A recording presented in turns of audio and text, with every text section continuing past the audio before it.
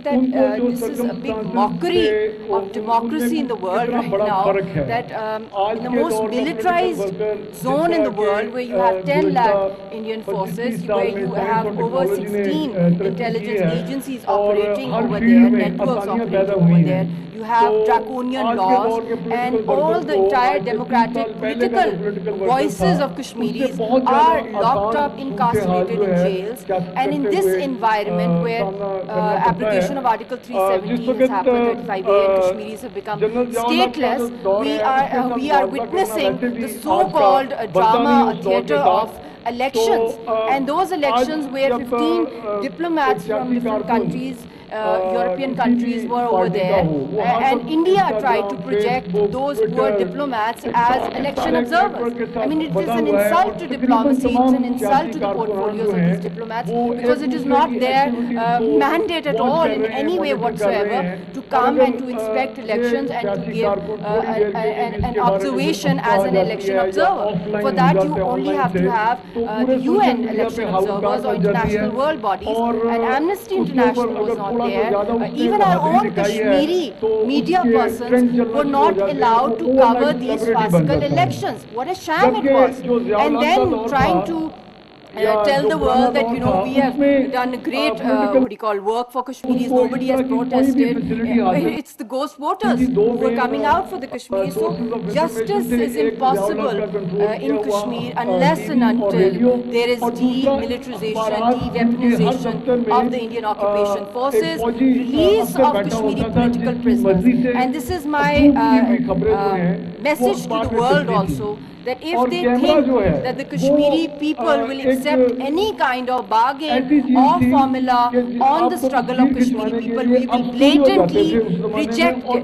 We want to be, we are the principal party, we have struggled for our right to freedom and self-determination, and if the voices of freedom and peace are silenced and hanged, like the Yasin Malik's case, the other Hurriyat leadership and others, they're facing. So it is impossible for any kind of peace to happen in South Asia. اس کے ساتھ ساتھ میں یہ بھی کہنا چاہوں گی کہ اگر کوئی بھی ایسا تاثر بھی کوئی دے گا کہ کسی بھی قسم کی کوئی فارمولا کے تھرو کشمیریوں کا جو مسئلہ ہے ان کی امنگوں کے مطابق نہیں ہوگا، ہمیں وہ ایکسیپٹیبل بالکل بھی نہیں ہے کشمیری قوم کو. ہم نے جو اپنا خون دیا ہے کشمیری قوم نے وہ حق خود ارادیت کے لیے دیا ہے. اور اگر میں حکومت وقت کو بھی یہ کہوں گی کہ کانفیڈنس بلڈنگ میجرز اچھی بات ہے. کشمیریوں نے کبھی جنگ کی بات نہیں کی، ہم ہمیشہ ہم نے امن کی بات کی ہے اور ہم ٹیبل پہ بیٹھنا چاہتے ہیں. مگر اگر انڈیا اس ٹیبل کی ایک چیئر جو مین چیئر ہے اس کو وہ مان ہی نہیں رہا، جو حریت کی رہنما ہے، جو پورا کتنے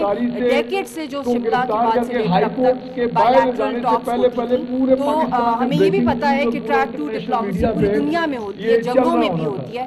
مگر ہم لوگ جو آفیشیلی جو موقف ہے کشمیریوں کا، اور پاکستان نے بھی ابھی ٹیبل کیا ہے ریزولوشن ریجیکٹ کیا ہے 27 اکتوبر کے ساتھ سالیڈیرٹی کی ہے جس سے انڈین آکوپیشن فورسز وہاں پہ آئی تھی. میں اللہ سے بس یہ دعا کرتی ہوں کہ یہ جو ظلم و ستم کا جو سلسلہ ہے اللہ اس کو بند کرے اور ایک ایسی انوائرمنٹ کریٹ کرے کشمیری قوم کے لیے جس طرح پیلسٹینین سے پوری دنیا میں ایک آواز اپنی اتنی اسٹرانگ کرنی ہے اپنی آزادی کے لیے کہ چاہے جتنا بھی ان پہ ظلم ہو رہا ہے مگر گلوبل پبلک ان کے ساتھ ہے. تو گراؤنڈ پہ بھی میں چاہوں گی کہ پاکستان کے اندر بھی آزاد کشمیر میں اور جو ہمارا کشمیری ڈائس ہو رہا ہے I would request our Pakistani and Kashmiri diaspora to play a pivotal role because the main issue is کہ اس کو انٹرنیشنلائز کرنے میں ہماری جو ویکنیسز ہیں دنیا کے سامنے ہم اپنا کیس اتنا اسٹرانگلی نہیں پروجیکٹ کر رہے. ہمیں اس کو اور بھی شدت کرنی ہے. We need Kashmir envoys, we need کم از کم 5 سے 10 سال کی ایک سالڈ کشمیر پالیسی جس کے تحت ہم دنیا بھر کے اندر UN کی قراردادوں کے مطابق اپنا مقدمہ لڑیں. اور ہمیں کوئی ضرورت نہیں ہے اپیزمنٹ کی کیونکہ Modi is becoming unpopular in India. وہاں پہ بھی اس کو ڈیفیٹ ہو رہی ہے، وہاں پہ بھی کانگریس وہ بات کر رہی ہے کیونکہ عوام کی وہ بات ہے. حالانکہ وہ جب پاور میں آئیں گے ہمیں نہیں پتا وہ کیا کریں گے جو ان کا ٹریک ریکارڈ ہے. مگر کشمیری قوم کی ریزینٹمنٹ جو ہے وہ انڈین الیکشنز میں بھی آئی ہے، وہ مقبوضہ جموں کشمیر کے الیکشنز میں بھی. ساری جو پبلک وہاں پہ پارلیمنٹیرینز تھے الیکٹیبل سے، جو محبوبہ مفتی، عمر عبداللہ، فاروق عبداللہ، انجینئر راشد، ان سب نے وہ بات کی جو حریت کی آواز ہوتی ہے. حریت کا جو نیریٹیو ہے وہ ہے اصل نیریٹیو، وہ عوام کا نیریٹیو ہے. اور وہ لوگوں کے سامنے آئے ہیں اور انہوں نے کہا ہے کہ ہم ساری حریت کی قیادت کو ریلیز کریں گے ورنہ تو لوگوں نے ان کو کیا مار دی.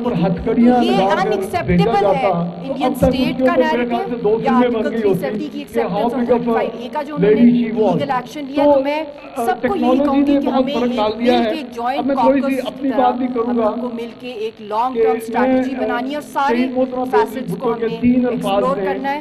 تو انشاءاللہ تعالیٰ اللہ کرے آج ہم دعا کریں کہ ایک دن آئے کہ یہ بلیک ڈیز ختم ہو اور ہم خوشی کا جشن منائیں. اور جشن بھی آزادی، کیونکہ سب سے سپریم قربانیاں آزادی مانگتی ہے یہ قوم کی. تو آئی تھنک جو میں نے شروع میں کہا ہے بے لگی بلائی، تو عشق ہے کشمیری قوم کو اپنی مٹی سے اور اس کے لیے ہر کشمیری جو ہے انتہا کی قربانی دینے کو. تو میں نے کہا والد صاحب کو کہ جی میں نے ضرور ملنا ہے، میں نے صرف دیکھنا ہے بیوی کو، صرف سلام. کشمیری قوم نے آزادی کے لیے لاکھوں قربانیاں دی ہیں اور کشمیری اپنے وطن سے بہت پیار کرتے ہیں. ہر سال 27 اکتوبر کو یوم سیاہ کے طور پر مناتے ہیں تاکہ کشمیریوں کی آواز کو عالمی دنیا تک پہنچایا جا سکے. حق خود سے کم کشمیری کسی بات کو قبول نہیں کریں گے. مقبوضہ کشمیر میں انتخابات کا ڈرامہ رچایا گیا.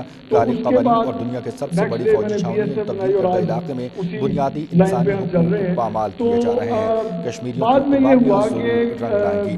حریت رہنما مشال ملک وہ ضیاء الحق جو ہے وہ کوشش کر رہا تھا کہ بیوی کو